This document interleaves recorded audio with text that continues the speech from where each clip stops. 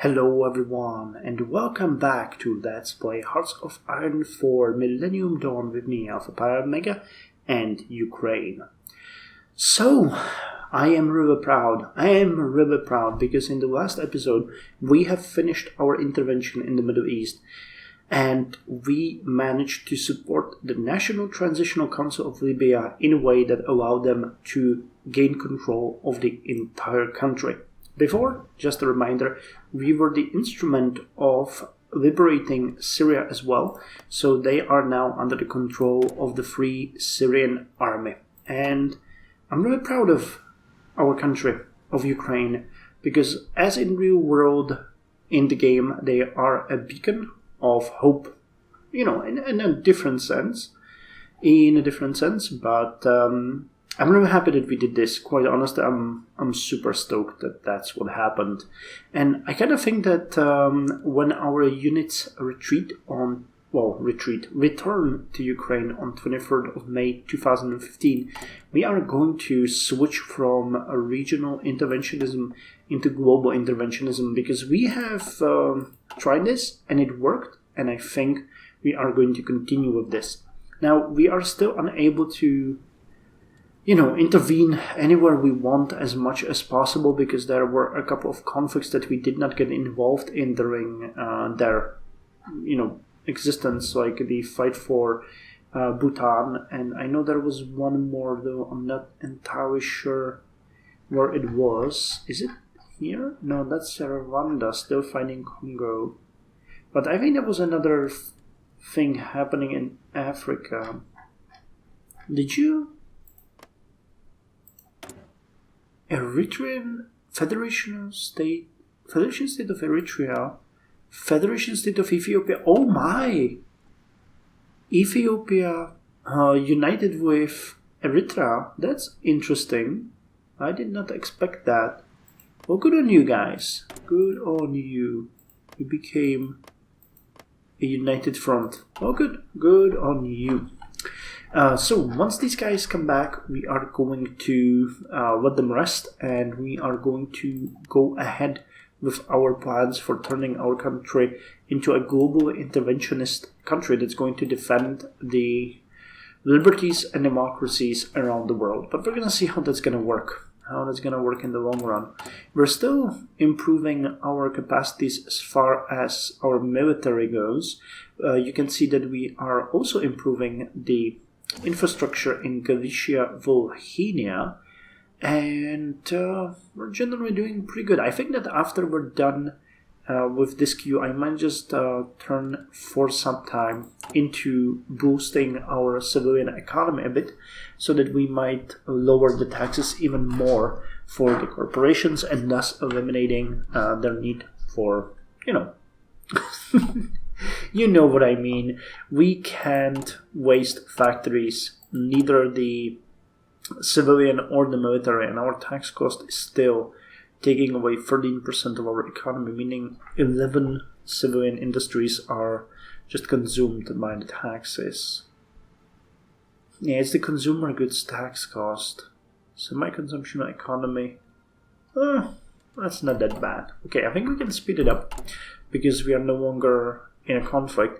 We're working on the main battle tank. I already mentioned that we're gonna do the Opot tank, but that's going to happen in a couple of months, actually. Over 7 months. 7 months, it seems. How are we doing? Yeah, this is really bad. Can we do something with this? Because we really need a bit more of a trade influence here. We have a higher trade influence than they do, yet we are still getting the shaft. Turkey. 18, this is really bad. Who's consuming this much technology, man? The self-propelled artillery. Yeah, you are. The extra factories are really taking a toll on us. I think we may just go ahead and get more partners here, though. Exports are pathetic. I'll just do it anyway because that's going to alleviate a bit of the stress that we're seeing here. Okay, and now we need one more factory for the self-propelled artillery. And for the aircraft, yeah. This is really bad. Okay, so our intervention forces have returned, which is good. Okay, let's start importing some from the Philippines. And do we want another doctrine? We do have the experience, but I was planning to save it. But we're getting daily 0.37, so I think we're fine. Let's go with the next step, which will give all infantry motorized and mechanized extra organization. Economy of force. No part of a force should ever be left without purpose. The allocation of available combat power to tasks like limited attacks, defense, delays, deception, or even retrograde operations is measured in order to achieve mass at the decisive points elsewhere on the battlefield. So, we're gonna take that extra organization for our troops and we're gonna switch from regional interventionism. It is important that the areas close to home are kept in order and we must use the threat of war to keep that order, to global interventionism. Our military reaches far and wide and it is our duty to keep the world stable. Yes, I totally agree with that. Get the international education volunteer service. I was actually considering going from partial draft to volunteer. It increases the military wages and lowers our capacity and attack. Well, we'll see. I'll keep it as it is for now. We'll lower the debt a bit. And are we going to continue doing something with Libya? I don't know, do they even get elections there? Because otherwise just boosting the popularity of those guys wasn't really... no elections, okay. So I was completely wasting my time. Unless I wanted to do an attempt at coup.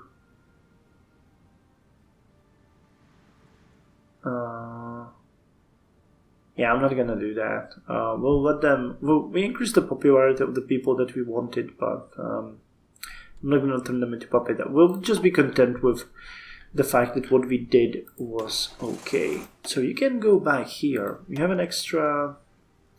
Yeah, we're gonna get the Special Forces Expert, huh?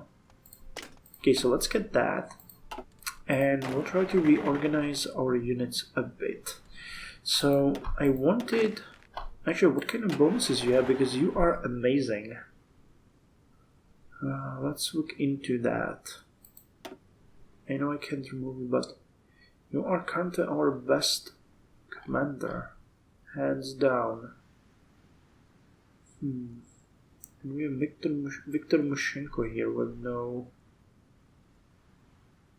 attack. Well, Viktor Mushenko is definitely better than the current general, so let's switch him here. And how are we to deal with you? Because you would be great if you could lead the First Army. So I think we're gonna put you in command of the First Army, and Anatoly Shevchenko is... where is he? Attack 30... Actually... yeah, you are better than him. So I think they're going to take command of the First Army and we're going to reassign the Special Forces there as well. Just to make it a bit better. Why would you drill? Let's stop the drilling, but we'll wait for you to come back. This is going to be a bit boring, guys. I apologize in advance, but we need to reorganize our army. Because... it is great and strong and everything, but we need it under control in some manner of sense. Okay, what's our investment in... yeah, we're getting a weekly income of 105 billion in investment income. That is good. Holding extraordinary elections, industrial projects, nothing really here. I don't think we want to combat for influence. NATO membership.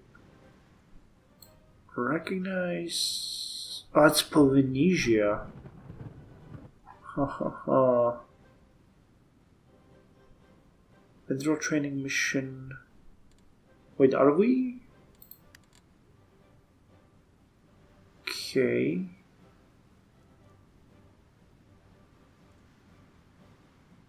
Officer International, wait.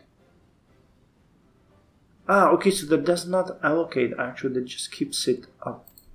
Because I'm thinking, like, maybe the international education is not as good. Because it's basically, it means we are screwed. Though this trading level is just, yeah. That's weird, there's no way we can deal with it. I guess you have to be limited to a smaller army. Or I could maybe, I don't know, can you even fire a general? I never tried doing that. Never felt the need, really. It's kind of confusing. But we just don't have, well, it would be enough for us. And actually I might do that. We might go from international education just for a couple of weeks back to the military academy and go back up there. That's going to be quite complicated. It's going to consume quite a lot. But it ought to work, and we could have a separate command structure here. 3 generals here and 2 here with Serhiy Drozdov. We could have like an offensive arms. Okay, let's do that. That actually makes a lot of sense. Let's go with offensive and defensive armies. Or we could have like a special forces branch and a limited forces branch. So this means we will increase our command power, and we should be able to get an additional general, at which point we are going to be never again able to do anything with generals. But for the time being, it is a reasonable price to pay. So armies will be also renamed after we are done with them. Okay, we had a first crash of the mod. It never crashed on me before, so I have no idea what happened there, but I'm going to cautiously inch forward. I didn't even see what the date when it crashed was, but I'm not going to do anything for quite some time until we can see that the mod is stable and doing what we want it to do. There might be something going horribly wrong in the background that we are not aware of, and I'm hoping this is not going to be the end of the Let's Play, because sometimes it can end very abruptly, and I would hate for that to happen. But hey, the good news is that we are now missing only 14 tanks. Nice. Our forces are almost completely reinforced with the main battle tanks, and the BMP-4Us are being produced at, well, a rate of 2.3, nearly 2.3 per day. We got 5,000 to go, so only roughly a decade ahead of us. Oh, and that is an exaggeration. Let's go with 7 years. In 7 years, we will have our units all reinforced. But if they're coming en masse to the Army Corps that we have to Mechanism and Armada, where we have 80 of them. Actually, we have BMP-2s here, BMP-4s, and BTR-4s. We had to dip really deeply into the hole in which we got ourselves in during this conflict, huh? Yeah, we're left with 449 BMP-1s, which have heart attack of 11, armor of 5, and piercing of 22, while the new BMP-4U has an armor of 30, piercing of 51, and soft attack of 7, heart attack of 21, while you have heart attack of 11. Damn, that is... I actually am feeling really sad if the case is that some of our units actually do have these old BMPs. We might just go ahead and scrap them, because like they are... Well, actually I hate scrapping. They might at some point be useful if we really start scraping the bottom of the barrel, but on the other hand, this is, putting our troops in something like that is a crime at this point, because we are risking their lives, basically. Jesus, but I don't think we're getting any more. I think we are... Yeah, okay, we phased out all the BMP-1s, and we are now phasing the BMP-2s. which are not that much better, but I got armor of at least 13. So you have armor made of paper and prayers. Paper and prayers. You have an armor made of paper mache and glue. Now, once we start phasing out the BTR force, I'll be happy, which I think will happen very soon. The BMP2s here are the last ones. Okay, jihadis killed some people in Kyrgyzstan, and I think that we have successfully passed through that crashing moment. So let's wish ourselves luck that this is not what is crashing the game, us turning, one step back on the military academy, and it was just a random coincidence. I'll be happy if that turns out to be the case. But we shall see. We shall see. Okay, the Western Outlook has more than 50% popularity. And it's looking fairly good. So, yeah, no more crashes. So, I guess we got through the thick of it. It really scared me for a moment, but we'll see. We'll see. Okay, 5,013 left to reinforce. Isn't that lovely? Okay, we're starting to face some of the BTR force. Awesome. No, actually, we're not. Okay, we phased them out from our own mechanism and armada. They're moved into the deposit, and from there, someone gets them because they are replacing the BMP2s. So I should maybe look at some of these units. Yeah, look at that. They get 188 of those. IFV 1995, but no more older ones. So at least that's good. Okay, so I think we are at max, which means we can get... Oh, okay, this new commander costs now only 51. Okay, so who did we get? Mikita Vasilshin. Attack for the defense 20. Oh, that is not bad. Unfortunately, he has no traits. We have no preferred tactics still. But Mikita Vasilshin might be our second offensive general. So let's see. How would we do this? So we need to look at the quality of our generals. So let's put them based on attack. Okay, so you and Vasilik are the best ones that we have. So I think that you guys will be under the command of Viktor Mushenko, and you will be in an offensive role, while Serhiy Drozdov is going to hold the defensive armies, and they will have the operations around Ukraine. I guess that sounds pretty good to me. So that would look a bit like this. Now, how would we face that? Well, what kind of bonuses do you have? Let's follow the logic here. You are great with armor division. Okay, so you are actually in the correct loop. Okay, that would actually mean that we can put you here. What about you guys? You have artillery. Okay, so you are in line with the infantry and you have nothing. Okay, so these two guys will be dedicated to defense, and the three generals that we have will be dedicated to offense. While you have the special forces bonuses, I'm gonna assign these units to you, and I think that you guys would be the Crimean attack force, quite honestly. If we could get you an additional mechanism and armada and revamp the special forces, I think you guys are the ones that ought to take the area there. Okay, the mountains. Yeah, we know this is horrifying. You guys are much better. What kind of terrain do we have on Crimea? That should be fairly flat. Let's supply terrain. Plains, plains, forest, hills, plains. Okay, but a small operational force could do this pretty quickly. But do we want to waste you on such a task?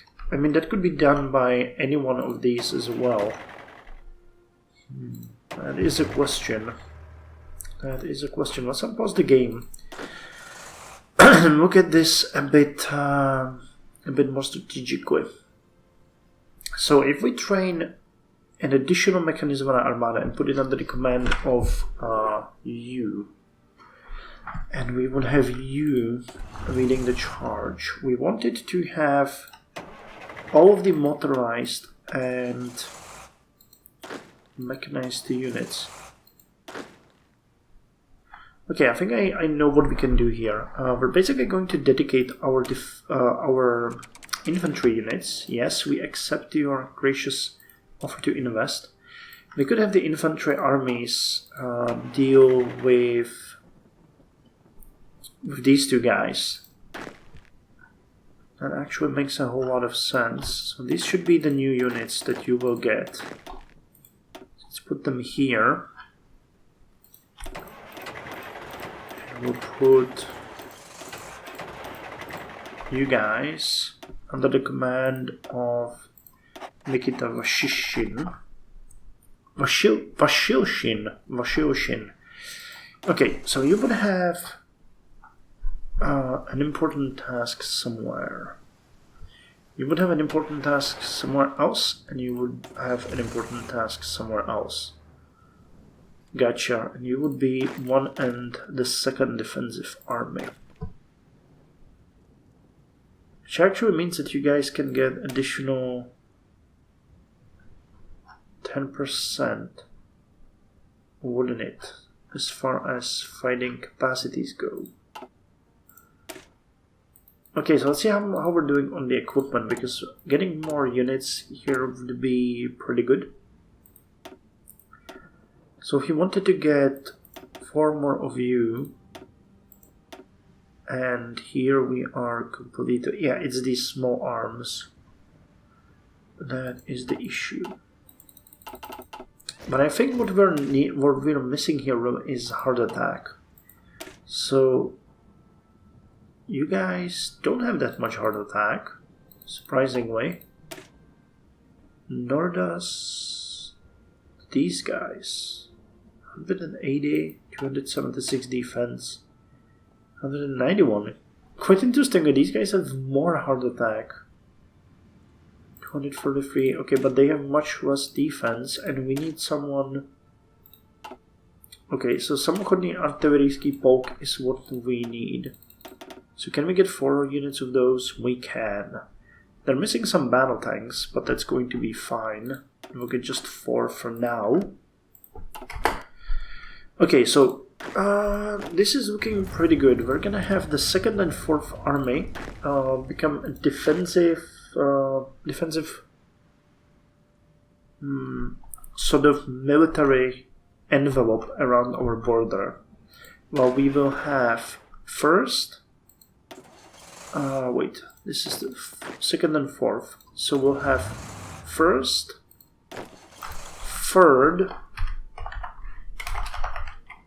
and 5th as an attack force. Now, what I hate about this is that I don't know how many units we have here, of which kind. Okay, this is better. And they are pretty much elite. I know these guys won't do much in combat, but they do have a really decent heart attack, even though that they're fairly small. Okay. They have a lot of utility vehicles and mounted ATGMs, so that is giving them quite a lot of benefit, and they are really fast. So this army, I envision rushing to this area, trying to take it, while you guys could take the center points here and here, and then the special forces could try to take the forests. So I think you guys will be horrifying in forests, right? This is jungle? So this is forest. Actually, no, they're not that bad. You guys are much better, so it would still make more sense to have the special forces take these forests, and the mechanized unit could attack straight for Kursk. In case of a conflict, of course. So this is making a whole lot of sense as a sound strategy if we ever go that way. We're recruiting a bit more. Oh, hey! So you have now finished the infrastructure, didn't you? Come on. Come on. Let me see, where's the infrastructure button? Here. Yep. They have increased their production quite handsomely. I'm not sure if that makes any difference for us as far as trade goes. Not really. This is just sad. But okay, what can you do? We're getting some steel delivered from Germany. Okay, I can get behind that. Let's lease more industrial complexes and immediately turn them into trade options, because that is just what we need. So let's increase the... wait, do we need extra import of steel? Or is that going just for the ships? Or someone else is hurting because of the steel? No, it's just the convoys and ships. Okay, but the manpads, I don't know. We have thousands of those. We're actually doing also kind of good on the C4 equipment, so the airpoints are what's hurting. I guess it might be better to just go ahead with an additional deal on this. Jesus. Paying full factory for free technology metal, that is just sad. But again, it's what we need to do for our production to last. And, you know, we're seeing an added benefit immediately. So the extra infantry weapons are being produced at decent speed. Production efficiency of 88.74, meaning we're almost at max. So we can look at like 20 weapons per day. And with the 4 factories at 40 weapons per day, we need 75,000. So, Jesus, if it was 80,000, it would take 22,000 days. So, roughly a decade to get there. Who's happy about that? Not me, really. But what can you do? I'm gonna put an extra factory here, an extra factory here. And we are going to put an extra military factory here and here. So I know I said I will build less factories, so let's go back to the 2-for-1 model, where we will build 2 civilian factories for every military one. And we got 241 political power, so what we could do here quite effectively is lower the taxes a bit more. So let's see, the tax that we're getting from corporations... Okay, we can't lower it further. I think I might increase like this. Okay. So that should provide us with more factories again. Needed, yeah. We freed up 2 extra factories, which is nice. That's basically meaning that we got that extra income for free. Oh, and I forgot about the research. So we finished the construction. That is a decent bonus. We could get extra resource gain efficiency. That would definitely help with the steel. I mean, the rest we're basically not getting anything that's important there, so I might just go ahead and get the trains instead, because really that is not helping us that much. This is just extra population. Maybe we could get some of that encryption. That would bite us in the rear. I mean decryption, not encryption. I know you guys mentioned that that was the reason why we suffered. Or instead, let's go with the extra vehicles. Dozer B is going to boost further our capacities as far as motorized attack goes. Defense 6, I think they just add extra 1 in everything. Yeah, defense increased from 5 to 6, breakthrough from 6 to 7, heart attack from 5 to 6, speed increases slightly, that's good, and reliability is the same. Production cost goes up slightly, but that's nothing bad. And admittedly, we are going to look into these recon tanks. I would like to see if we can do something with that. I'm kind of confused how this compares. So the defense of the recon tanks is smaller. Heart attack is much harder. Soft attack is slightly harder. Breakthrough is higher. Piercing is higher, but not for the ones that we are using. We'll have to redesign the recon tank as well, I guess. Can you do that? Because if we would do that, that would be pretty good. So wait, production and tanks and recon tanks, you can do it. Okay, pretty well too. Okay, so we can redesign our recon tanks as well if we need to. First, of course, the tanks, but the recon tanks will not come in, wow, a decade maybe, so we'll be fine. We'll be fine. No, not a decade, but at least a couple of years will pass. Okay, so I think we're doing good on our overall plan here. I'll continue with the military reform in the next episode, where we are going to get a bit more invested in it. It's good news that we are missing only 1,067 tanks to upgrade. We actually produced quite a lot of IFVs as well. We are down to 4,859 needing upgrade. Only 24, nice, 24 rocket artillery needs to be upgraded. And we are full on also the self-propelled anti-air, where we need 29 extra to upgrade. So that is actually looking pretty good.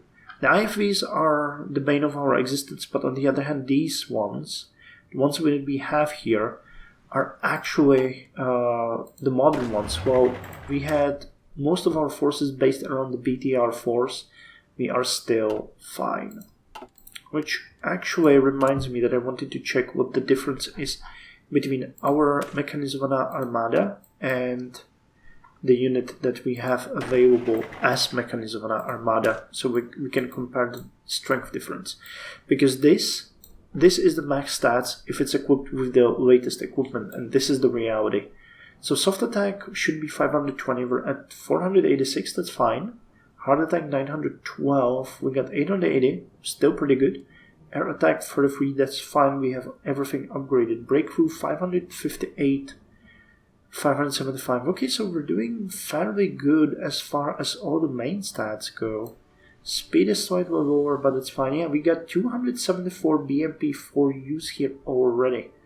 What's the piercing like? 60 compared to 63. Yeah, this unit will be really good, though I'm not sure how good. I think some of their units are also pretty damn good. I think that you guys, yeah, you're both here protecting us from spying. Cool, so we'll need to continue modernizing our army. Do we have any information about how Russia is doing? 52 military factories, we got 29, so they got about double. We got 43 civilian and they got about 400 civilian. Not great. Not great. I did not want to see that. But I think that deployed strength, yeah, that deployed strength is actually lower than ours at this point. So we have a bigger standing army. But that would help us only in case of a short conflict. In the case of a protracted one, we wouldn't be able to hold. But I'm not going to lie, most of the Russian most of the Russian capacities are located in these areas. So actually a quick strike towards Moscow, even towards Volgograd and the southern territories would cut away quite a lot of their capacities. There's 18, 23, 24 factories here, and the rest is kind of evenly dispersed around the country. So if we could make a quick advance towards Moscow, we could, even out the odds pretty much for us. Anyway, thank you very much for joining me. I'll see you in the next episode with more Let's Play Ukraine in Millennium Dawn mod.